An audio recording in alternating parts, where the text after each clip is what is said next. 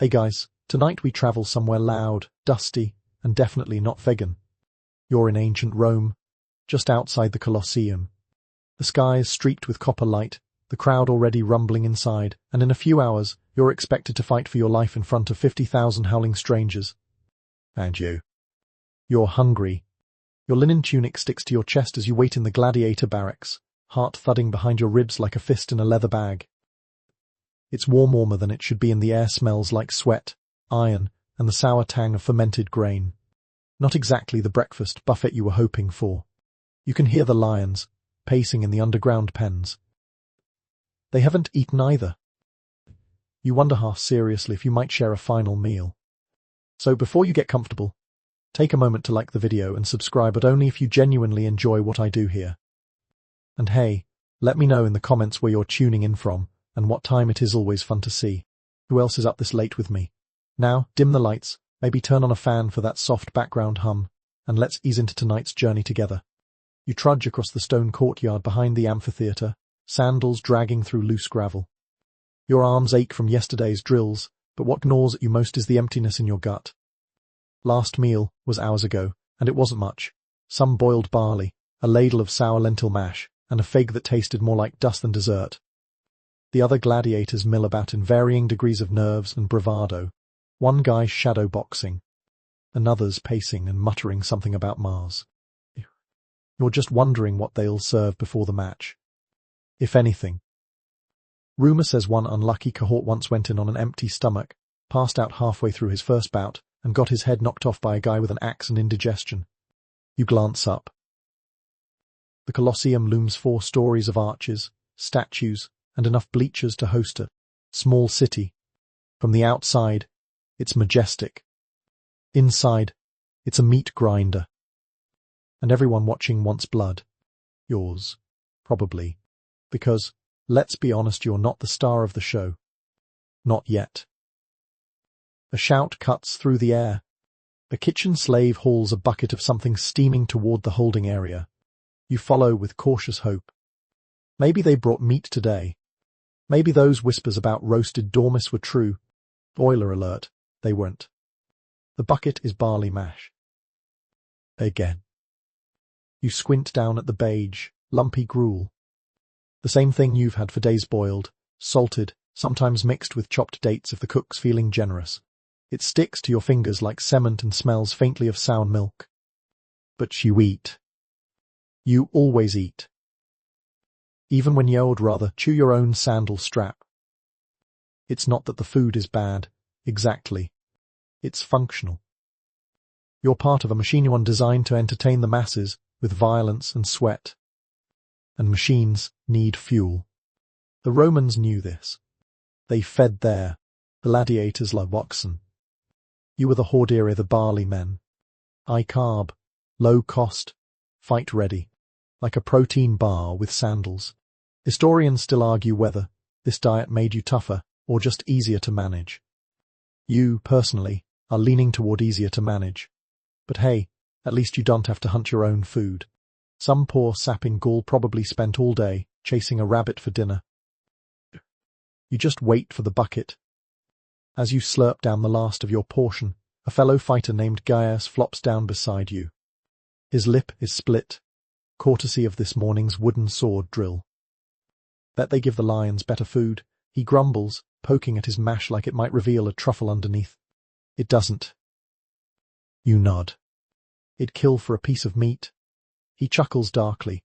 You might get the chance later. Another joke. Another grim laugh. This is how you all cop sarcasm and porridge.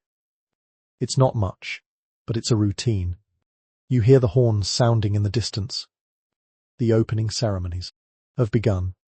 Somewhere up there, the emperor is settling into his seat, probably nibbling grapes and laughing with senators while you shovel barley down your throat.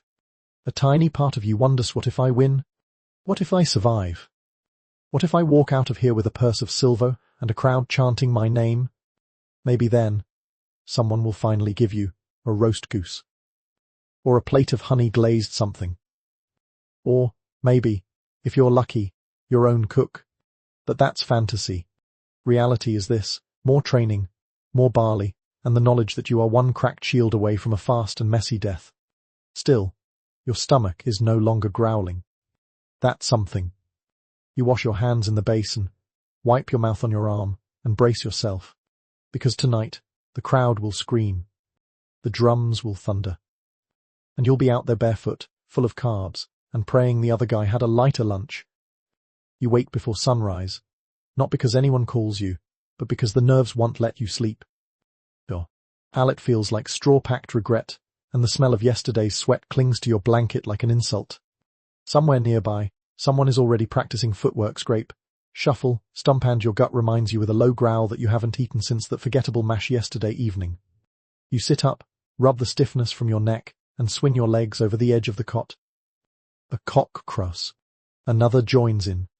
And just like that, the luda stirs to life. Today is no ordinary day. Today is fight day.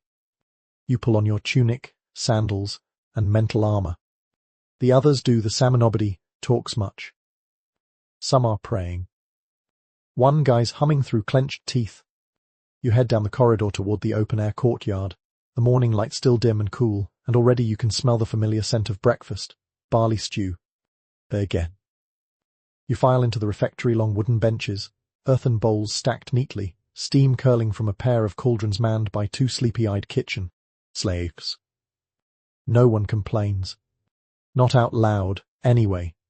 You're too tired to care, and too hungry to argue. Besides, what else is there? Etches. Dream on. The stew is ladled into your bowl, thick and vaguely beige. It clings to the spoon with the tenacity of wet clay. Barley, a pinch of salt, maybe a sliver of onion if Fortuna smiled last night. You blow on it, sip carefully. It's hot. The land fills your stomach like it's patching a hole in a leaking roof. Across from you, Marcu's a grizzled veteran with more scars than fingers grimaces with his first bite.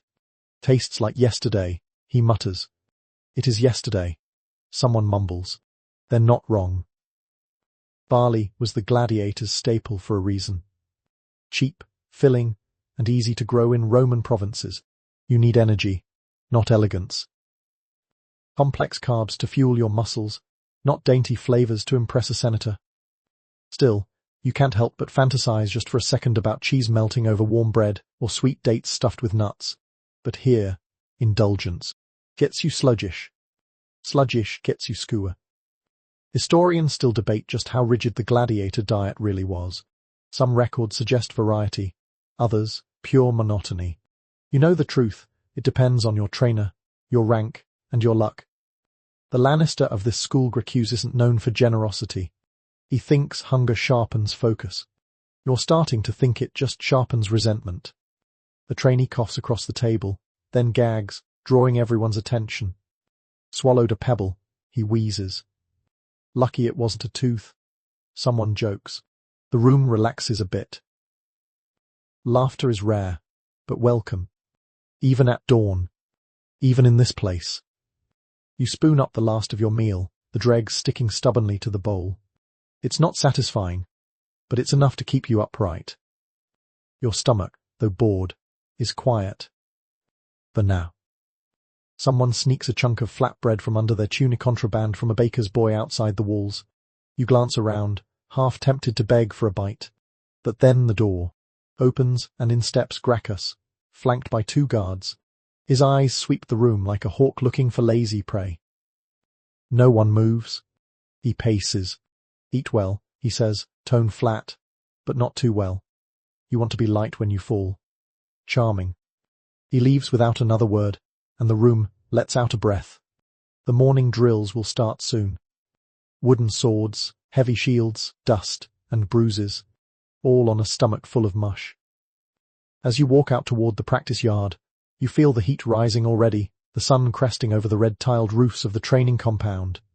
Your arms swing loosely, still stiff, but your feet know the path by heart. You pass the outer wall, where graffiti from long-gone gladiators still lingers, crude drawings, scratched Latin boasts, names of lovers, prayers to gods or insults to rivals. One reads, Sextus never blocks left. You smile. Sextus is still here and still forgets his left. The scent of olive oil wafts faintly from the Lannisters' quarters. He probably gets real food, fresh bread, fruit, maybe even wine. You, meanwhile, are just trying not to burp barley during warm-ups. You reach the yard. It's packed dirt, ringed by wooden training dummies, and already buzzing with movement. Some guys are stretching. Others are sparring in pairs, wooden blades cracking against shields in sharp bursts. You take your spot in line, weapon in hand, heartbeat steady now. The food's settled in your belly, not comfort, exactly, but ballast. Enough to ground you, to keep you upright when the drills start.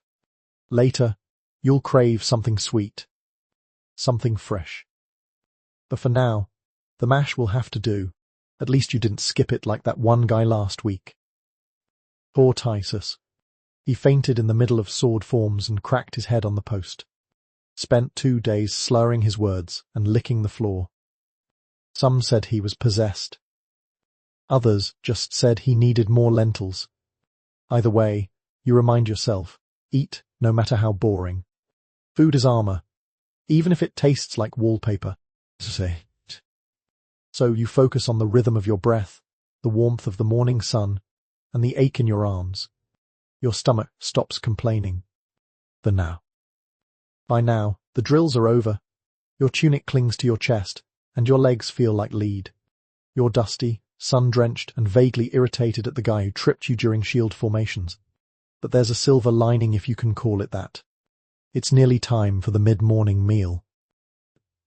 And you're ravenous. You return to the barracks, joints creaking like old doors. There's a thick silence in the room as fighters peel off tunics and splash water over their faces from cracked clay jugs. A few cough. One poor soul has a nosebleed. And someone's already collapsed on a straw pallet, groaning, "Wake me when the empire ends." But your focus is laser-sharp food. You shuffle into the refectory again, hopeful. You even sniff the air as you enter. Is that something different? The cook stands behind the counter with the expression of a man who's made peace with the fact no one likes him. In his hands, a steaming pot. You clutch your bowl like it owes you money and step forward. The ladle dips. More porridge. Not just any porridge. Today's version is runnier, hotter, and smells faintly like overboiled socks. There's something floating in it, though. You squint. Could it be a chunk of date? Maybe a turnip scrap. You scoop a spoonful. Slurt. Nope, just a slightly firmer bit of barley. Your imagination had a better palate. Still, the warmth floods your insides. You feel your body soaking it in like dry earth. A second spoonful. Then, a third. It's not exciting, but it's steady, reliable. Like a boring cousin who always shows up to help you move house. Historians call this kind of gladiator meal pulse. It's a grain porridge, typically barley or farro, boiled with water or vinegar, sometimes with herbs or bits of vegetable thrown in. Protein. Not much. Meat was rare. Mostly saved for special occasions or rich patrons. You are neither. But here's the fun part: pulse wasn't exclusive to gladiators. Roman peasants ate it too. Soldiers did. Even some nobles when they were slumming it in their countryside estates. It was Rome's great equalizer. In a way. The original sad desk lunch. Think they'll ever add cheese? You mutter, half to yourself. Only if a goat dies in the courtyard, replies Claudius, sliding in beside you. Claudius is always quick with a line. His nose has been broken at least twice, and has missing 3 teeth, but he still flashes a crooked grin like a tavern bard. This is gourmet compared to the stuff in Gaul, he adds, chewing noisily. Once ate something there and still not convinced wasn't a boot. Did it taste like this? No, he says thoughtfully. Boot had more depth. You laugh. It helps. A bit. A newer recruit, named Vibius, taps the side of his bowl with his spoon. My uncle said gladiators ate like kings. He mutters. Claudius snorts barley. Your uncle's an idiot. That's this thing. Gladiators looked like kings, big, strong, carved from marble and sweat.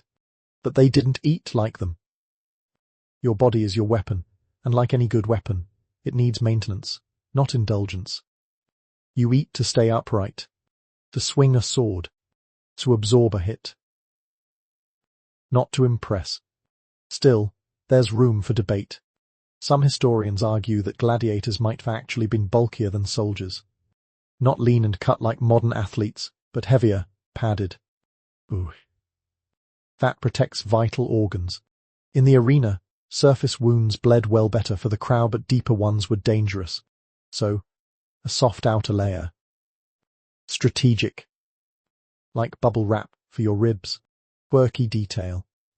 In ancient excavation sites, they found gladiator remains with high bone densities and strong muscle attachments, but also signs of, well, thick middles.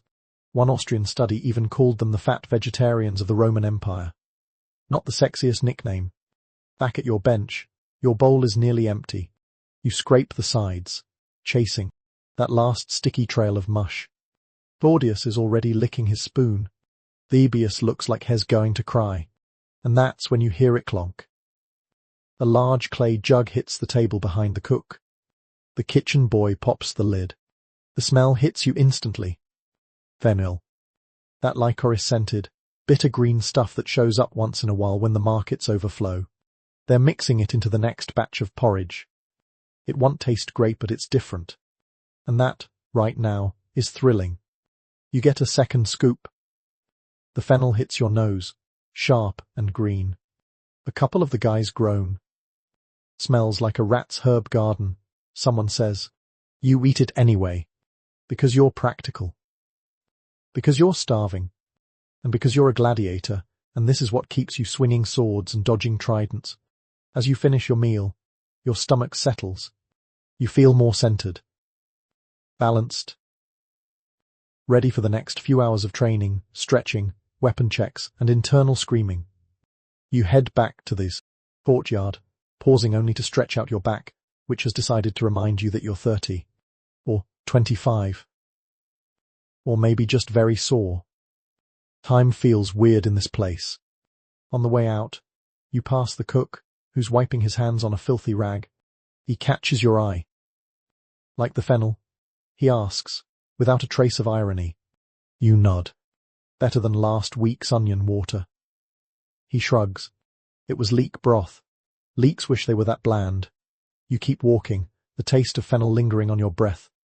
Not delicious, but survivable.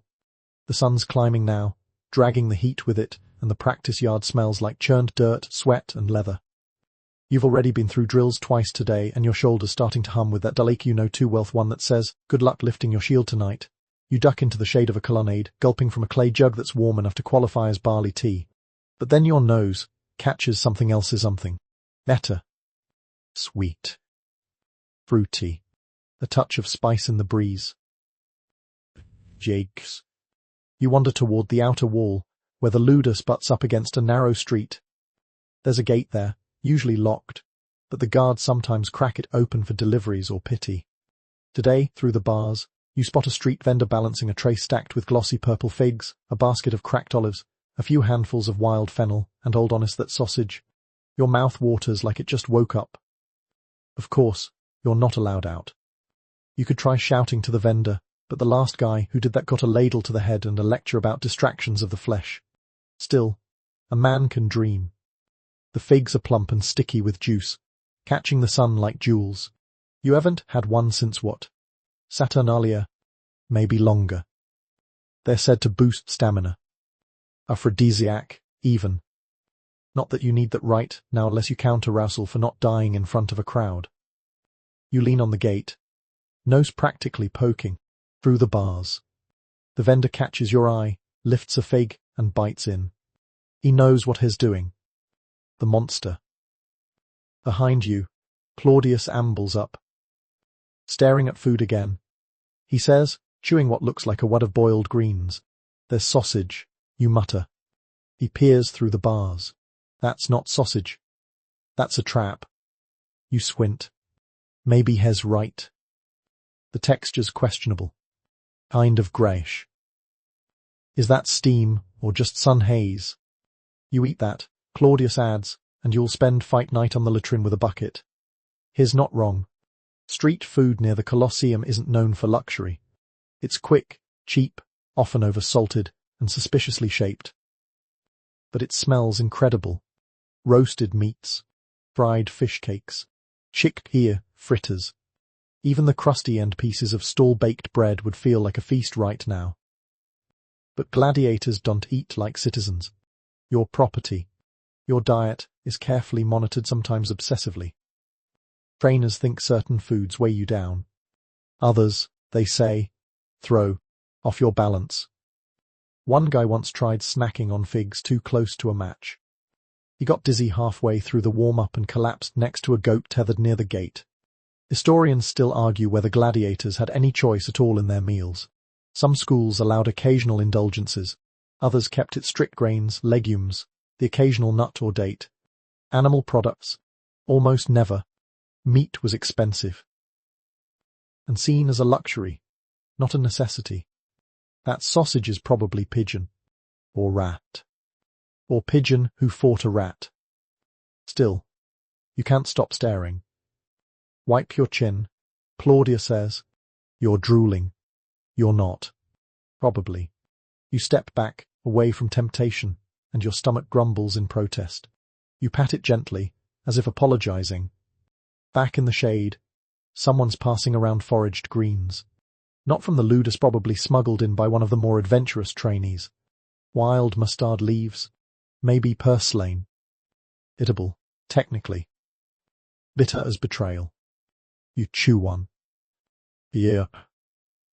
Like licking a rock. But it's something. Different textures, sharp flavors, your taste buds perk up, even if your face contorts. The cook sees the exchange from across the yard and glares at you like you just slapped his mother. Later, after drills and stretches, you find yourself lingering near the gate again. The vendor's gone, but the smell of roast meat still haunts the breeze. You sigh. The younger recruit trots by with a grin. "I snuck an olive." "You'll regret it," you mutter. "Worth it," he says through a mouthful of salt and bravado. You remember olives. The good kind. Not the sad, shriveled ones sometimes dropped into your bowl like an apology. No, the rich, oily ones. The ones that leave your fingers slick and your lips smiling. You haven't had those in forever. But your body doesn't need olives. It needs energy. Hyper. Sustained fullness. And that's where figs, for all their sticky sweetness, fall short. They're fast sugar. Quick burn. You need barley. Lentils. Beans. Grains that sit in your gut, like sandbags. Still, one fig wouldn't kill you. Probably. You decide not to chance it. Maybe after the fight. Maybe when you're not one sword swing from death. Maybe when your stomach isn't already staging a protest in 3 languages. Back in the barracks, the men are lounging. Claudius is filing a wooden sword. Marcus is soaking a sore knee. And someone's humming off-key, an old drinking song from the southern provinces. You lie down, hands behind your head, eyes on the ceiling. The hunger is manageable now. Del. Heavy. Less a roar, more a background whine. You imagine the fig again. The squish. The burst of sweetness. The seeds between your teeth. One day. Maybe. The midday sun turns everything to syrup-pierre thick, the shadows sharp, and your body somehow both sore and sluggish. You've been assigned firewood duty, which sounds easy until you realize it means hauling bundles of olive branches from the storeroom to the kitchen, over and over, while your back screams louder than any arena crowd ever will. You wipe your brow on your sleeve and push open the creaky wooden door into the ludus kitchen. Inside, it's chaos. Always is.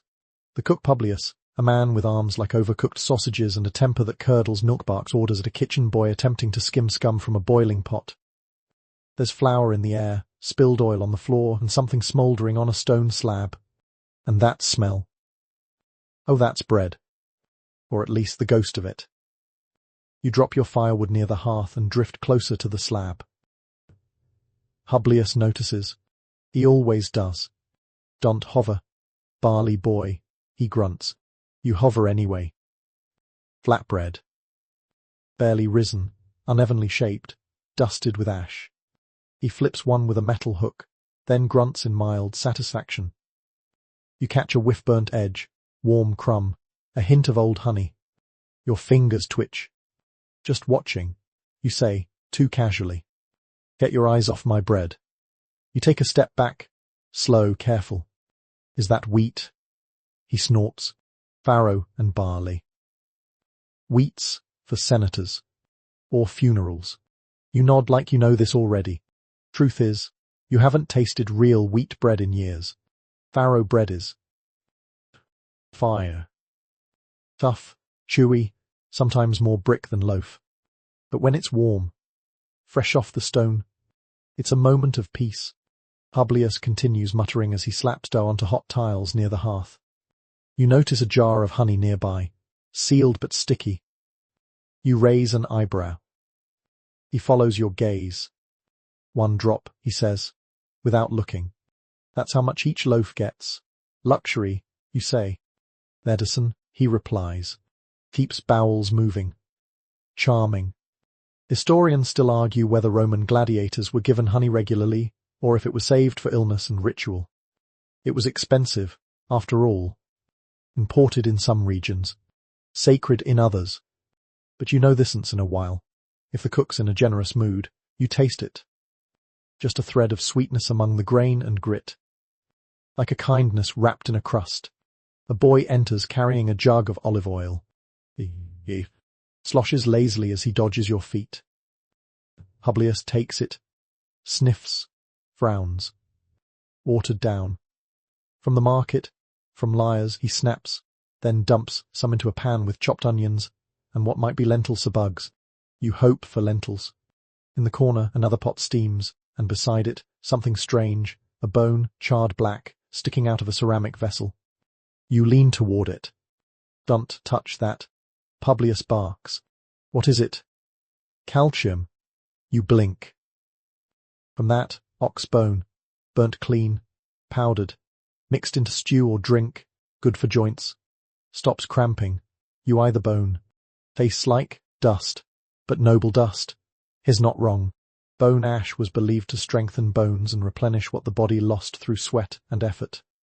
It's like drinking your future skeleton if your future skeleton was seasoned with despair.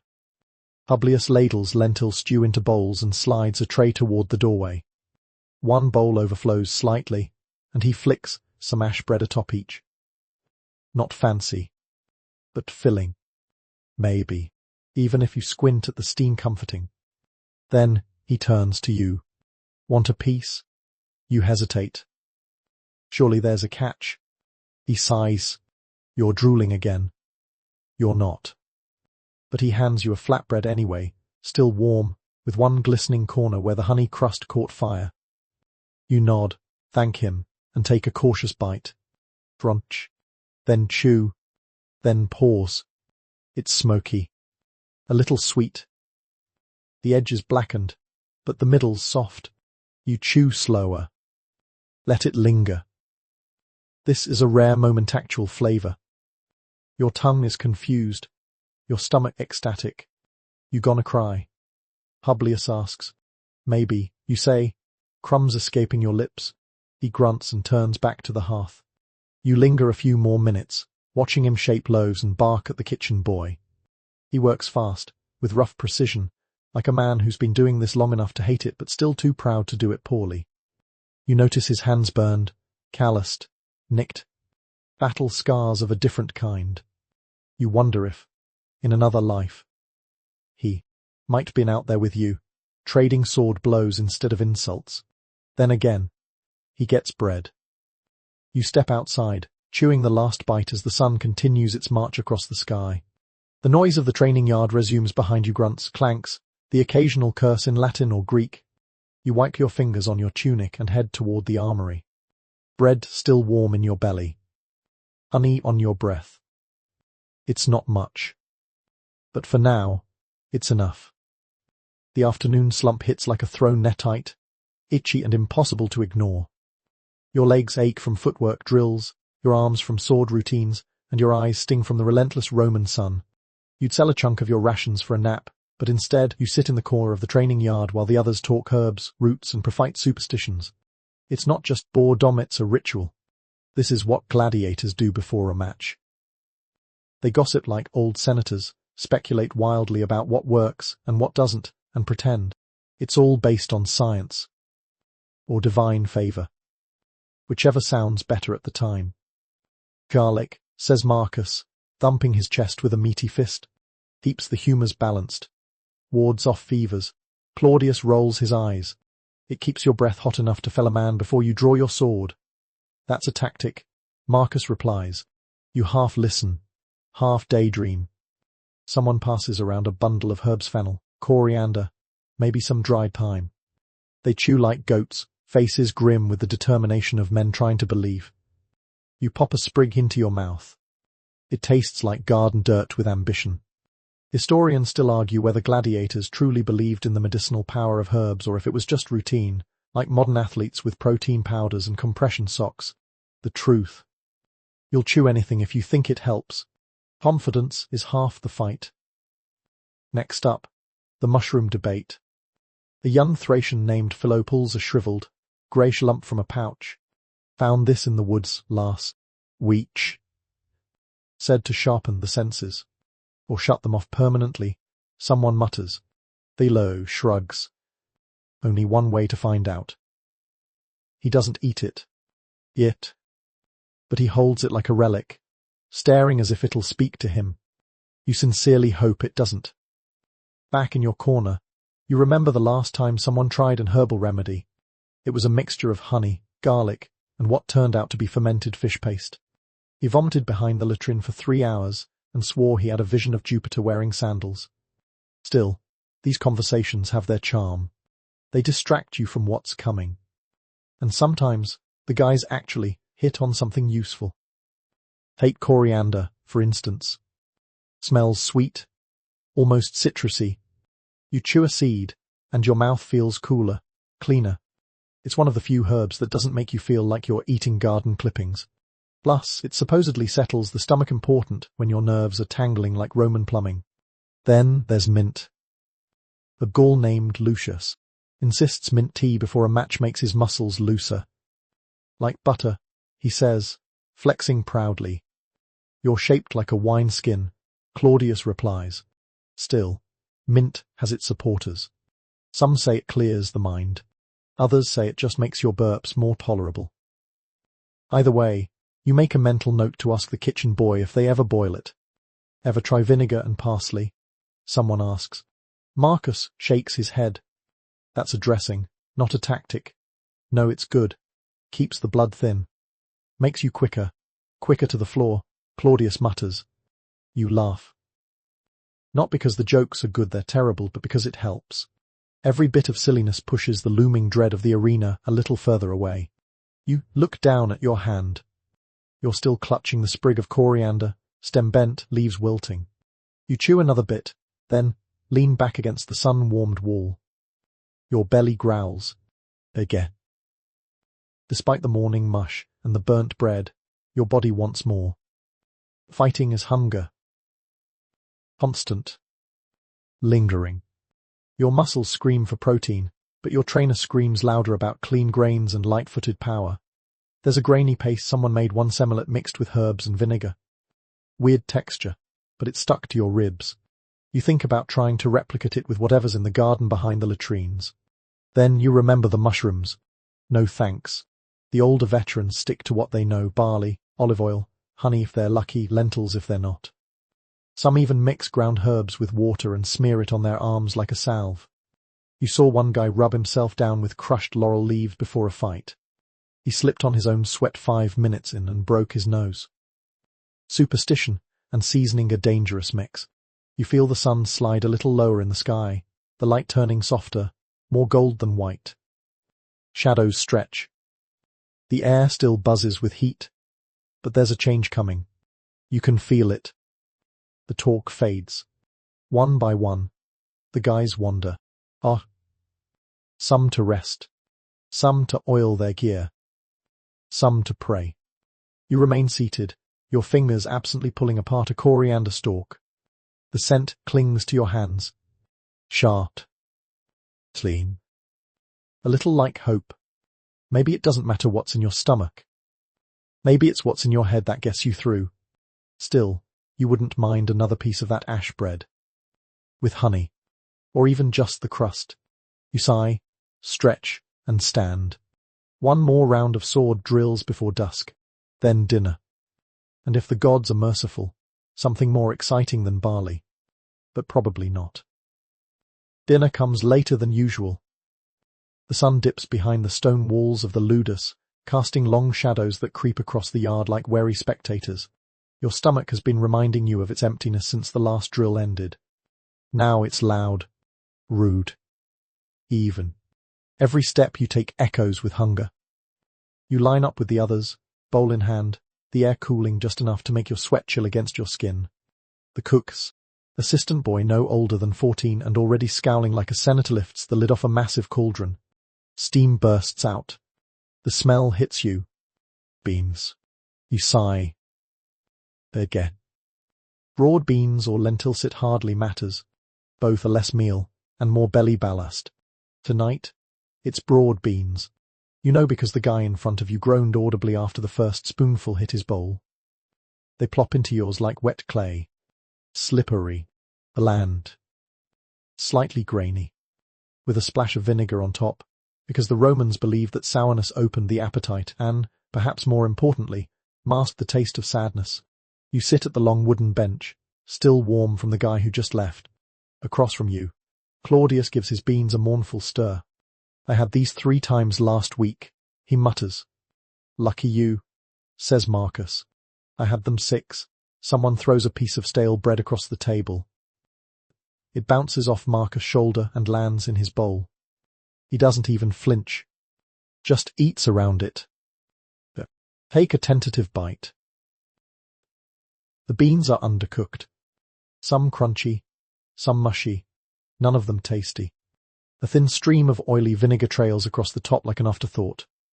You chew mechanically, thinking not of flavour but of fullness, because that's the point.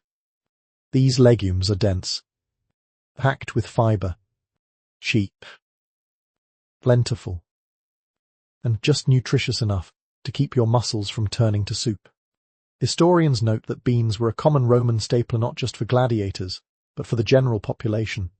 The rich might avoid them, too plebeian, too gassy, but for the working class, beans were currency. A bowl a day kept collapse at bay. You glance around the room.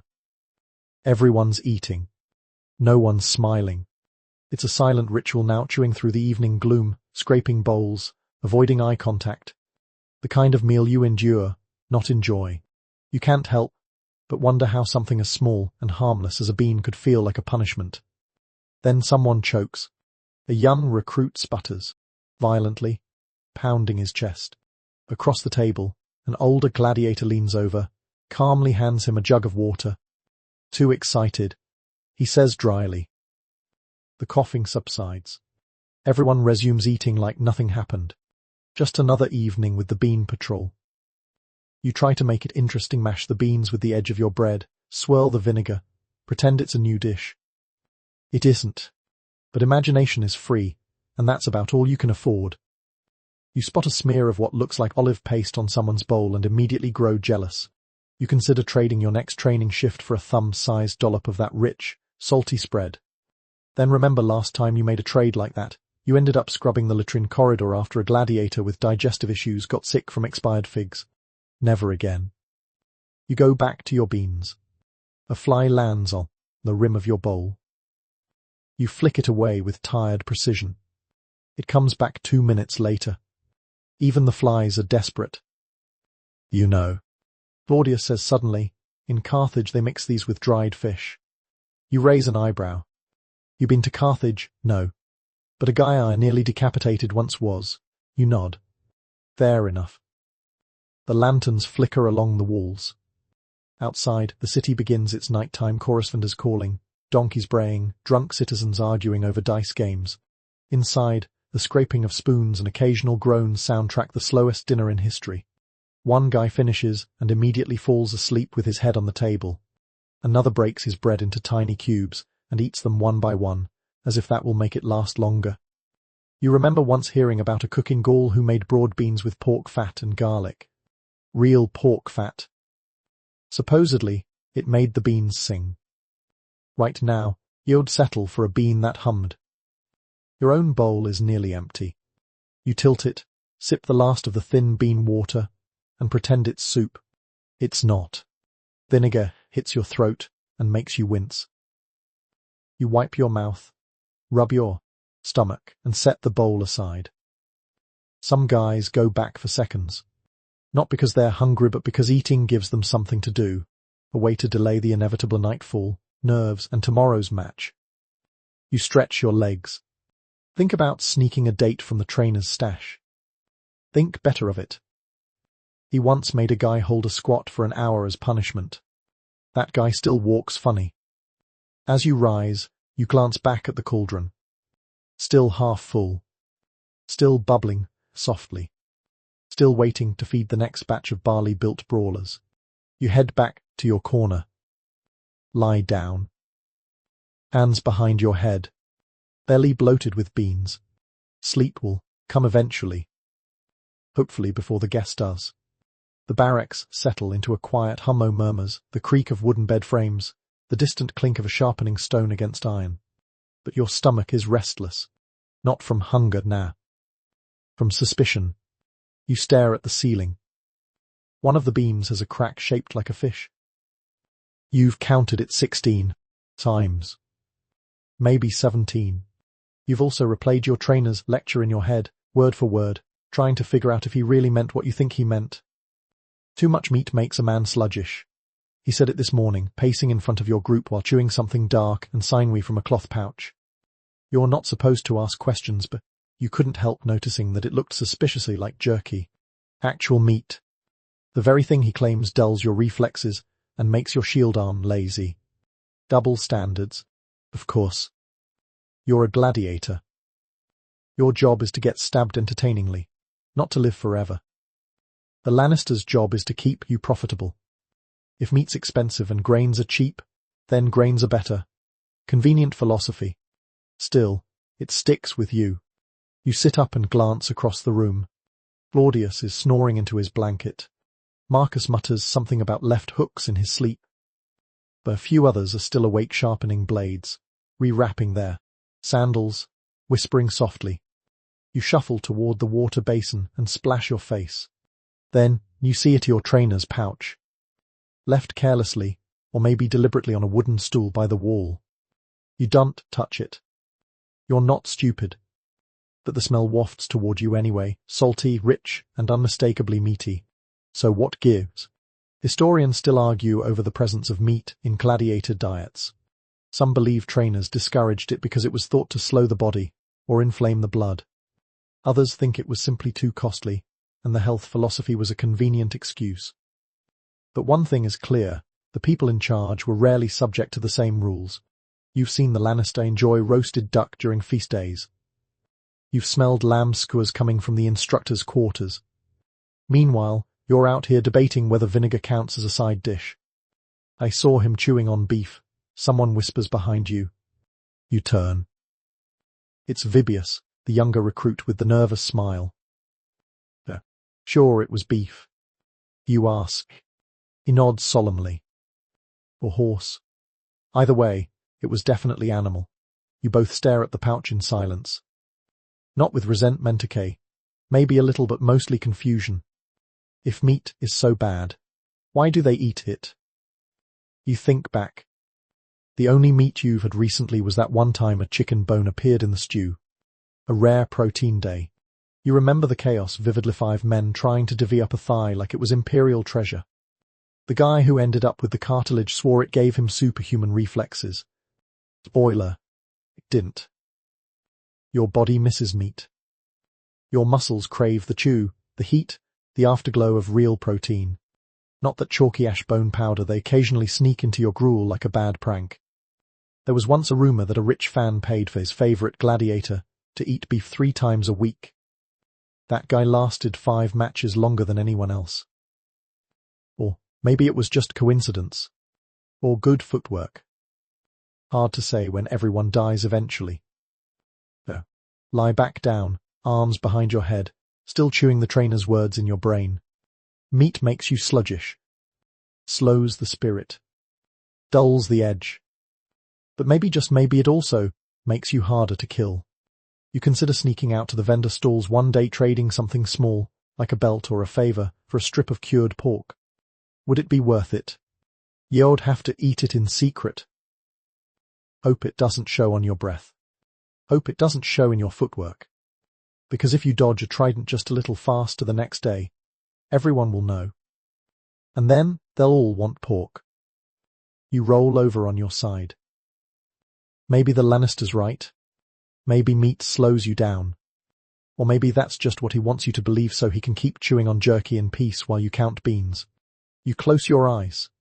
Try to sleep. But your dreams are suspiciously full of sausages. You're woken before dawn by the sound of someone retching. It's not uncommon. Nerves do strange things, especially the night before the Janes. You sit up slowly, rubbing sleep from your eyes, and catch a glimpse of Vibius hunched over a bucket. Poor kid. Probably tried that dried mushroom after all. You stand, stretch, and feel the slow pull in your spine. Your legs ache, your shoulder feels like it was used as a battering ram, and your stomach, well, it's doing something odd. Not quite pain. Not quite hunger. Something between emptiness and anticipation. You shuffle toward the refectory. Maybe breakfast will settle things. Instead, you're handed a bowl of hot water, and something worsey smaller bowl filled with a chalky, greyish powder. You eye it with suspicion. Drink it, says the cook's assistant, bored and tired. Doctor's orders. You glance around. Everyone else has one, too. Some are already sipping. Others are grimacing. You smell smoke. Nash. Bone ash. Of course. The bone calcium drink. You sigh, swirl the powder into the water, and watch it dissolve into a cloudy mess that looks like melted pottery. You take a cautious sip. It tastes like disappointment, with a hint of fireplace. You suppress a gag. This is worse than the vinegar.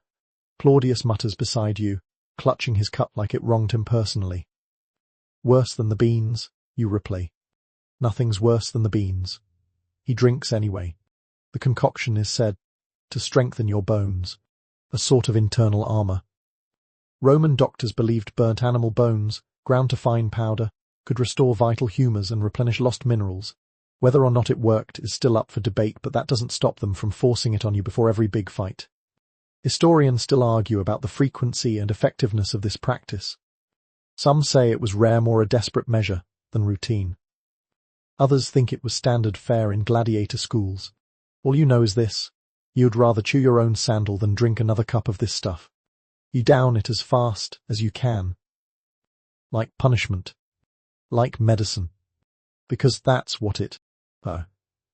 Calcium dreams, Claudius says, raising his cup in a mock toast before tossing back the last mouthful. You nod. Or calcium nightmares. Your stomach doesn't thank you. You move to the courtyard, the morning sky just beginning to lighten, a thin purple haze curling along the rooftops. The others gather in a loose circle. Some stretch. Some mutter prayers. Some just sit, staring into the distance like they're trying to mentally step out of their own bodies. You sit too, cross-legged, and rub your arms. You can still taste ash in the back of your throat. It clings like guilt. Then Publius, the cook, steps out of the kitchen. Is holding a clay jar. Not food this time. He begins passing it around. Each man takes a small amount, rubs it into their arms, legs, shoulders. A pre-fight ritual. Keeps the muscles warm. Keeps the skin slick, sometimes slick enough to make a blade slip. The oil smells faintly of herbs. Rosemary. Maybe mint. You rub it into your arms slowly. The scented, brief relief from the ever-present odor of sweat and barley. For a moment, you close your eyes and breathe it in. It reminds you of something cleaner. Safer. A world without dust, shouting, or chalk water. But only for a moment. Then the jar moves on. The clink of metal returns. The tightening of straps. the quiet murmur of men preparing to put their lives in the hands of stale beans and scorched calcium. Someone farts. A few chuckles. Humor is armor, too. You think back to your last fall during training, your hip slammed into the dirt, and it took you a good minute to stand again. You're lucky your bones held, the trainer said. That powder's doing its job. You weren't sure whether to feel grateful or insulted. You look around now. Everyone's standing. Suited. Ready. The mood is strange, tired but electric. Quiet but charged. You wonder if the bone powder is helping you at all. If it actually seeps into your marrow like the healer claimed, or if it just gives you a chalky tongue. And strange dreams. That night after your first dose, you dreamed you were a skeleton walking through the streets of Rome. No one noticed. You were just there, rattling along. Maybe that's what this drink turns you into. Not stronger. Just emptier. Still, you drank it. Still, you stand. Still, you're here. Your stomach growls again. Not out of hunger. Out of confusion. You press a hand to it, mutter something to whichever god is listening, and follow the others toward the armory. Each step feels heavier, now, like your legs know what's coming, and are trying to drag you in the other direction. But you keep going. Because that's what gladiators do. Steam curls from the bathhouse like a ghostly veil, softening the air with warmth and the sharp scent of rosemary oil. After the morning rituals, bone ash, olive rubs, a few quiet burps of regret, it's time for the one true luxury in a gladiator's day, the communal bath. You shuffle in with the others, your feet sore, your muscles singing a mournful tune, and your belly still swirling with chalky calcium water and the memory of last night's beans. The heat hits instantly. Your skin prickles. Your breath deepens. And for a brief moment, everything feels almost normal. The space echoes with low murmurs, splashes, the occasional sigh. You lower yourself into the warm pool, joints groaning, tension seeping from your back like melted wax. Round you, other fighters soak, stretch, and for better or worse talk shop. You ever get cramps mid-fight? Someone asks. Claudius grunts. Only when I eat figs too fast. I thought figs prevented cramps, says another. Only if you eat them while sacrificing a goat, someone else replies. Laughter bubbles up. Sleepy, sluggish, but real. The bathhouse does that softens the world's edges. For a little while, you're not a weapon. You're just a man in warm water, trying not to drown in someone else's superstition. A bowl of dried prunes makes the rounds. Someone nicked them from a fruit cart during yesterday's supply delivery. They're chewy, sweet, and slightly fermented. You chew one, slowly, and then the argument begins. You know prunes cause movement, Marcus mutters, nodding toward the latrine corridor. They prevent movement, Claudius counters. You just eat too many. I had 2. Your guts are soft. I once fought right after eating 7, a Thracian says, chest puffed with pride. Did you win? No. But I didn't cram. You chew thoughtfully. Historians still debate the actual diets of Roman fighters, but personal letters and graffiti suggest digestive health was a major concern, especially before battle. Some believed prunes and dates loosened the body. Others said they prevented the dreaded pre-fight paralysis when nerves and constipation gang up on you like a pair of thugs. You've been there. You remember that one match you'd barely eaten anything, and midway through a duel with a trident-wielding Gaul, you got that feeling. Not fear. Not pain. Other one. The one that means you're seconds away from becoming the first gladiator in history to soil himself before the final blow. You fought harder than ever. Won. Even. But the shame lingered longer than the bruises. So yes, digestive preparation is essential. You pass on a second prune. Around the room, someone starts humming. Low, tuneless. It blends with the slosh of water and the hiss of steam, a kind of ancient lullaby for broken bodies. Claudius slides lower into the water until only his face is visible. I heard Roman charioteers eat cheese before races, he says through bubbles. Cheese. You scoff. Where? In their dreams. Another ripple of laughter. Someone tosses a cloth soaked in eucalyptus over your shoulder. It's warm. Sharp. Clears your sinuses. You inhale, hold the breath, exhale slow. And then someone brings up the great cumin incident. It was a few months ago. A new guy, Publius the Younger, not related to the cook, but equally chaotic, decided cumin tea would increase mental clarity. Drank 2 cups before his match. He fought like a man possessed. Fast. Wild. Swinging at shadows. Nearly decapitated a judge.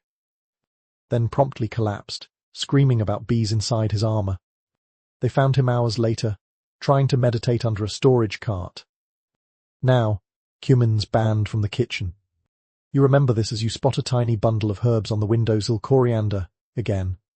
Someone's been hoarding. You're tempted to sneak it, but honestly, after the bone ash, your stomach doesn't need more mystery. Steam curls around you, thickening as the room heats. The walls drip softly. Someone coughs in the far corner, echoing like thunder underwater. You close your eyes, just for a moment. And in that moment, you forget. Forget the chalk taste. Forget the vinegar. Forget the broad beans that may still be trying to stage a coup inside your digestive tract. Here, you're just warm. Floating. Somewhere outside, a bell rings. Del. Heavy. The final training session is about to begin. You rise slowly, water cascading down your arms, clinging to your skin in rivulets. You towel off with a strip of coarse linen and stretch your legs. The soreness is still there, but muted, like an echo in a deep cave. As you walk toward the gear room, someone mutters behind you, "I should have had a second prune." You don't look back, but silently, you agree. The air in the training yard has shifted. Gone is the casual buzz of morning drills and aimless sparring. Now, there's a tension in the dirt itself, like the ground knows what tomorrow brings. You're in the armory now, polishing your gear. Shield, sword, greaves, helmet. Not the shiny kind of polish, no. Your job isn't to blind your enemy with reflected sunlight. This is the practical kind. Remove the gunk. Tighten the straps. Don't die because your helmet buckle slipped. Across the room, someone's shouting. You look up just in time to see Publius the Younger's cumin guy getting dragged away from the cook's prep area, howling about chicken legs. You blink. Wait. Did he say chicken? You drop your cloth. The news spreads like spilled wine. The cook was preparing a rare protein ration. 2 chickens. Small, scrappy things, but chickens nonetheless. Intended for a group of elite fighters scheduled for high-profile matches in the Emperor's presence. But now scandal. 1 chicken leg is missing. Someone took it. You and the others trickle toward the kitchen, pretending not to care, but every ear is tuned, every nostril flared. Inside, chaos reigns. Publius the cook is red-faced, waving a ladle like a weapon. It was here. He barks. I set it down for 1 minute. No one moves. No one confesses. And now, instead of chicken, you get barley soup with chicken memory. You're handed a bowl. You peer into it hopefully. Maybe a shred of meat. A sliver. A whisper. No. Just the usual broth, watery, salty, flecked with wilted herbs, and the occasional barley glob clinging to the side like it's too tired to float. You sip. It's hot. That's the nicest thing you can say about it. Do you taste chicken? Phoebus asks, hopeful. You pause. Tilt your head. Consider the existential implications of flavor. No, you say. He sighs. I thought I did, but it might be my finger. Still, even the idea of chicken sets your mouth watering. Meat is myth. The secret. You fought 3 matches and bled on 4 different kinds of sand, and you've had meat 1 sea scrap of fish baked into a barley loaf during the last Saturnalia feast. This is a tragedy. Historians suggest that gladiators were occasionally given meat, but always in moderation, and often as a reward or last-minute fortification before elite matches. But others argue this was propaganda meant to show how well slaves were treated under Roman care. You sip again. The barley's chewy. The broth, bland. But you keep eating. Because it's all you've got. Then comes the investigation. The Lannister himself storms into the yard, demanding confessions. This was for the Emperor's fighters. He bellows. Do you want to be flogged? Everyone suddenly forgets how to speak. Publius the Younger points at Claudius. Claudius points back, outraged. I saw you with grease on your chin. That was olive oil. The argument spirals. Suspicion rains down like ash. Eventually, a guard drags someone away. Poor Lucius, who was apparently seen too close to the pot at the wrong moment. He protests. Loudly. Swear on the laurel crown. I didn't touch it. I thought it was fish. His cries fade as he's hauled around the corner. The rest of you continue eating. What else can you do? You soak your barley with the last of the broth and scrape the bottom of your bowl. No chicken. No mystery meat. Not even a feather. Claudius mutters, next time, we steal the whole bird. You snort. Next time, we train the birds to fly in. He grins, then leans close, whispering, I once fought in a small camp near Hispania. The cook roasted duck once a week. Told me it was for stamina. You ever had duck? You shake your head. It tastes like wealth, like sin, like revenge. You stare at your barley. Suddenly, it tastes like betrayal. Later, you catch a glimpse of Lucius scrubbing the latrine corridor under heavy guard. His eyes meet yours. They're dead inside. Was he the thief? Does it matter? The chicken's gone. Justice is served cold. And you're still hungry. Back in the barracks, someone has drawn a cartoon in the dust. A chicken on a throne, wearing a laurel crown, holding a tiny gladius. Above it, a title, Gallus Maximus. You laugh. Maybe too hard. Hunger makes fools of everyone. That night, the dreams come fast. Blurred. Disappointed. You chase a chicken through a Colosseum filled with beans.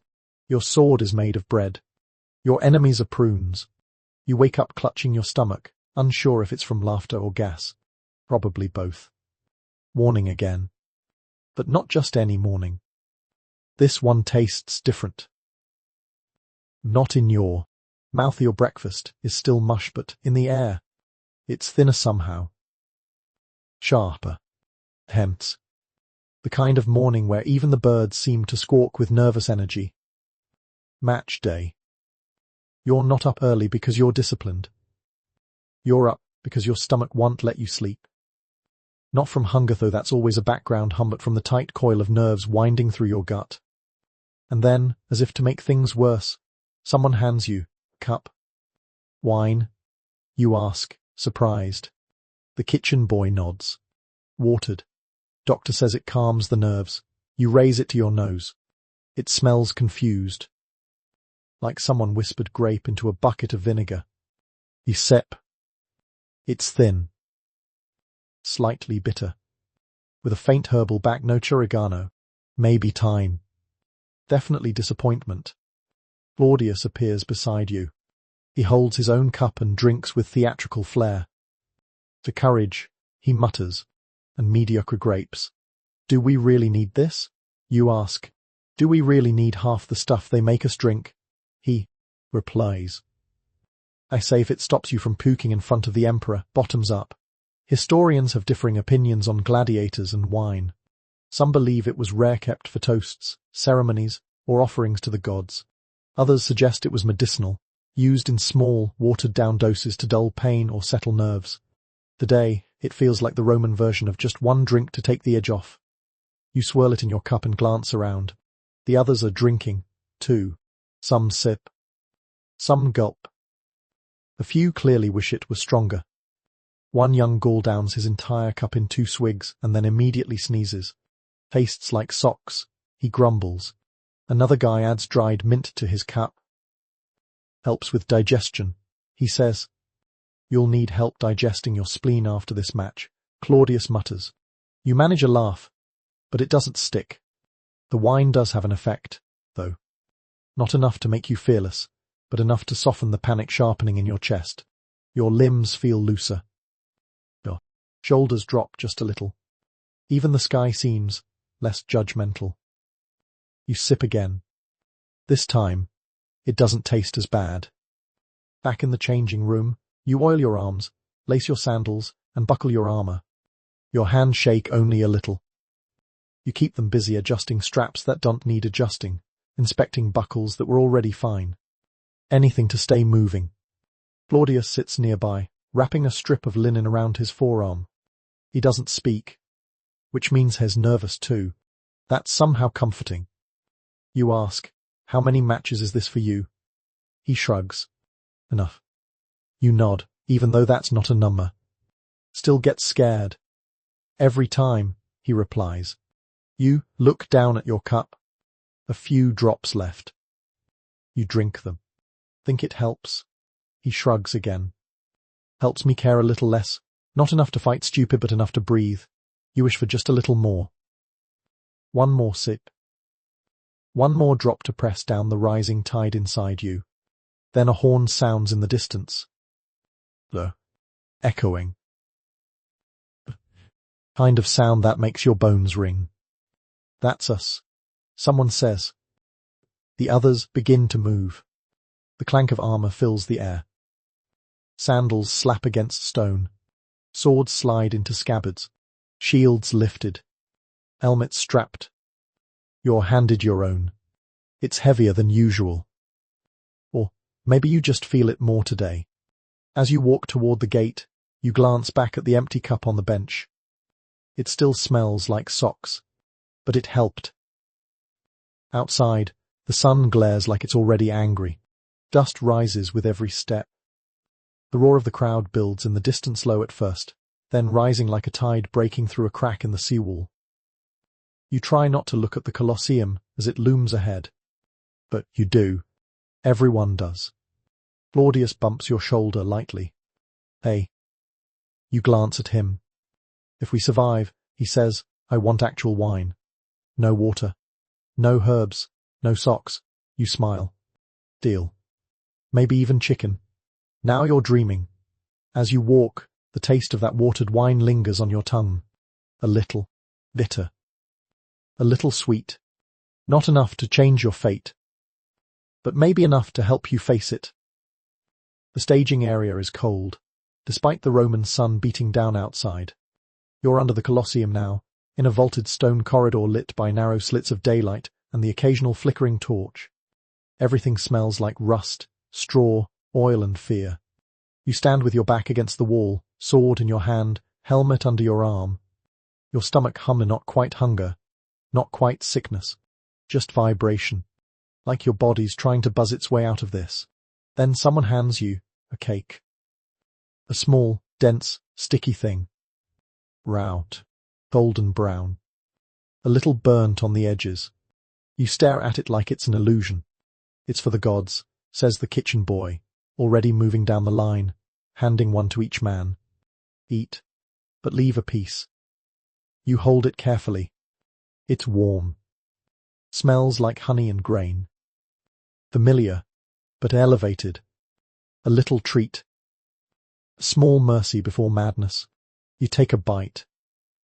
It crumbles just a bit in your mouth, the honey binding it into a chewy lump that sticks to your molars. Sweet. Dense. Comforting in a way nothing else you've eaten this week has been. And yet, you're not supposed to finish it. You hold the last piece in your palm, sticky and soft, and look down at the dusty stone floor. "Where do we offer it there?" someone says, pointing to a shallow niche in the wall where a clay statuette of Jupiter sits, chipped and soot-stained. Oins. Flower petals. Now bits of cake. You step forward and gently set your crumb on the ledge. "Fight well," you whisper, not to the god, but maybe to yourself. Historians often note that gladiators were superstitious. How could they not be? When every fight might be your last, every scrap of ritual feels like a shield. The honey cake was more than dessert, it was a symbol. An offering. A tiny, edible prayer. Some believed it pleased the gods. Others believed it pleased the crowd.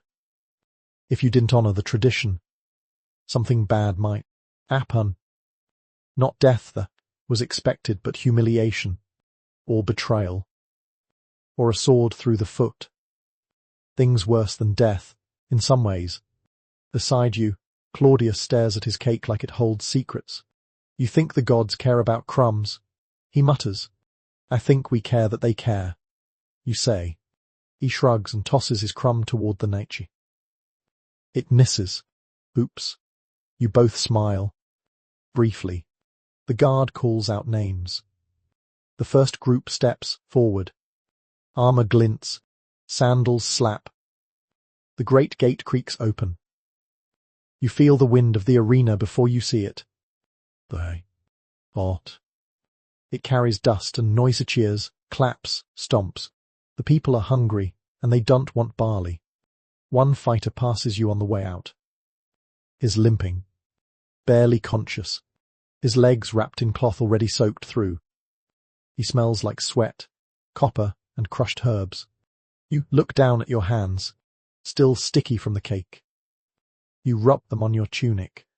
Not for cleanliness, for grip. Your sword needs dry fingers. Claudius whispers. One guy swears eating honey before a match makes you faster. Then why do I feel slower? Maybe the gods like slow. You wait. Your name's next. You breathe. In through your nose. Out. Out through your mouth. The honey lingers on your tongue. Sweet. Sharp.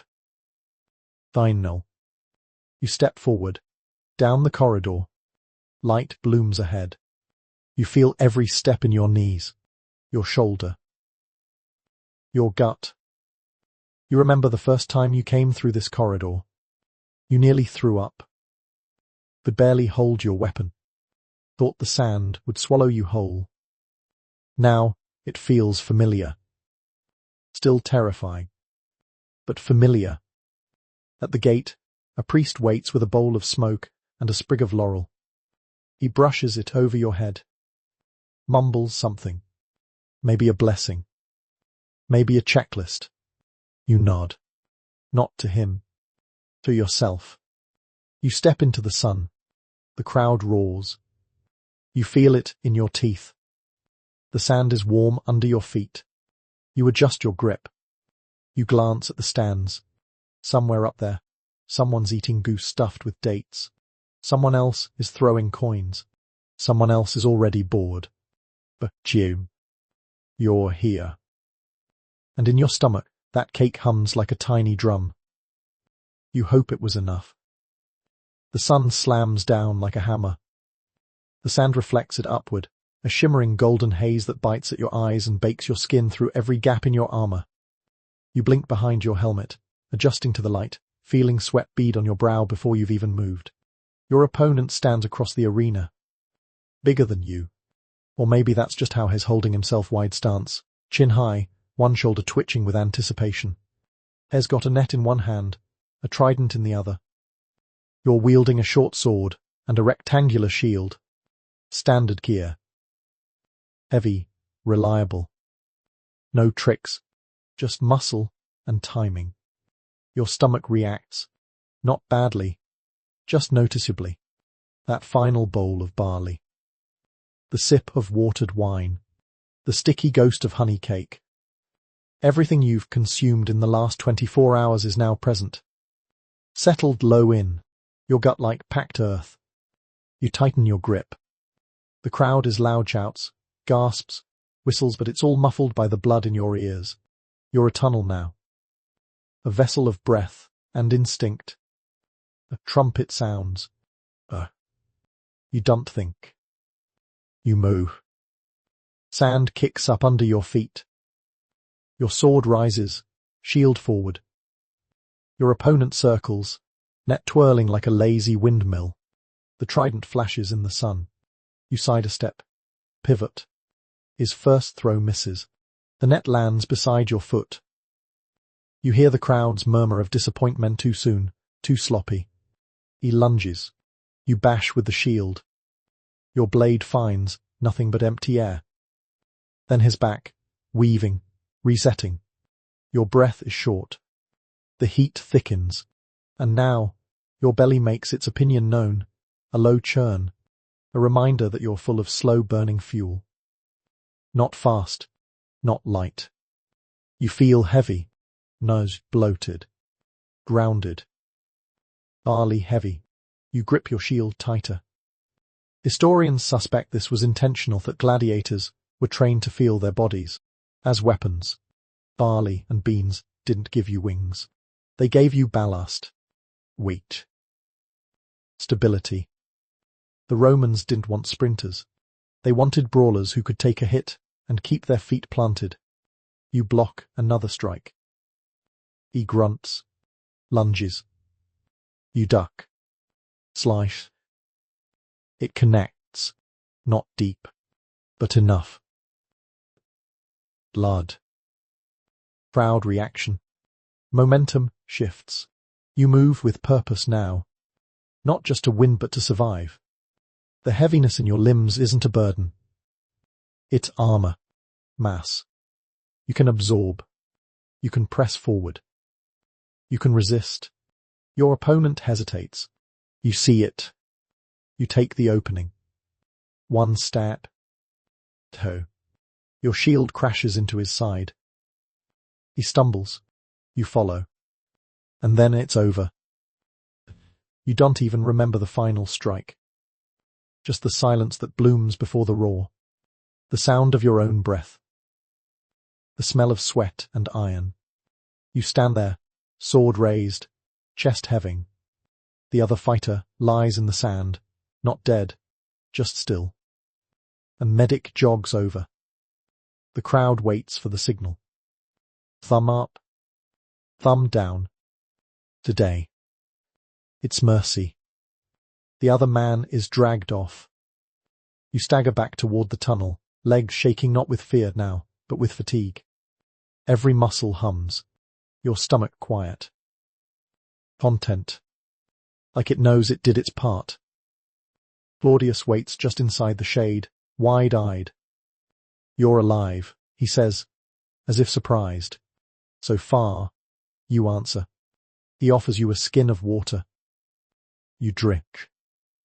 It tastes like heaven. The others pat your shoulder as you pass. No celebration. Just quiet recognition. You did it. You're still here. You set down your sword. Sit on a bench. Take off your helmet. Steam rises from your skin. You feel the dull ache of the blows you took. The throb in your thigh where his net snapped hard. The sting across your knuckles. But most of all, you feel solid. Your body held. The beans. The bread. The wine. The ash. Even that absurd cup of bone dust. It all mattered. In the strangest way, the food made you brave. Not by magic, but by mass. Later, in the refectory, someone sets a bowl in front of you. More barley. Another chunk of ash bread. You eat it. And you thank it. Because in the arena, the gods don't care what's in your soul. Only what's in your stomach. The sun sets slower than usual, as if reluctant to leave behind the day's spectacle. The crowd is gone now. Just seagulls left, circling high above the Colosseum, scavenging crumbs and echoes. You limp down the corridor, armor loosened, helmet under your arm, sweat dried into a salt crust on your neck. Every step feels like it carries the weight of the fight still coiled in your bones. You're sore, sure, but you're also intact. That counts for a lot here. You pass through the archway into the Ludus yard. The light has turned to amber. A few other fighters are gathered around the water basin, washing grime and blood from their arms. Claudius is there, kneeling, using a cloth that's already too dirty to be helpful. You move like a cart with square wheels, he says as you approach. You grunt. I feel like one. He tosses you, the cloth. You wipe your face. It smells like rosemary, sweat, and old socks. Someone hands out bowls. You don't ask what it is. Doesn't matter. It's warm, vaguely lentil-shaped, and fills the bowl with a familiar gloop. A few shavings of something pale float on top, maybe garlic. maybe old onion, maybe nothing. You eat anyway. You always do. Each bite is thick and slow, your jaw aching with fatigue. But your stomach greets it with open arms, like a tired soldier returning to camp. I heard, Claudia says between mouthfuls, they're roasting goat tomorrow. You raise an eyebrow. Only for the nobles, he adds. But still. Imagine it. You do. You imagine spiced meat crackling over flame, juices hissing on stone, the skin blistered to golden perfection. You imagine tearing off a piece with your teeth, the flavor flooding your mouth like warm smoke and glory. But right now, you've got barley. And honestly, that's fine. You chew. Swallow. Sit back against the wall. Someone plays, a bone. Flute in the corner, 3 notes, then silence. Not a song. Just a sound. A sign that the night's growing quiet. Your body is heavy, grounded, anchored by food and fatigue. But your mind drifts. You remember the first bowl of mush you ate here. You hated it. Thought it made you weak. Now, you understand. It makes you last. It holds you together.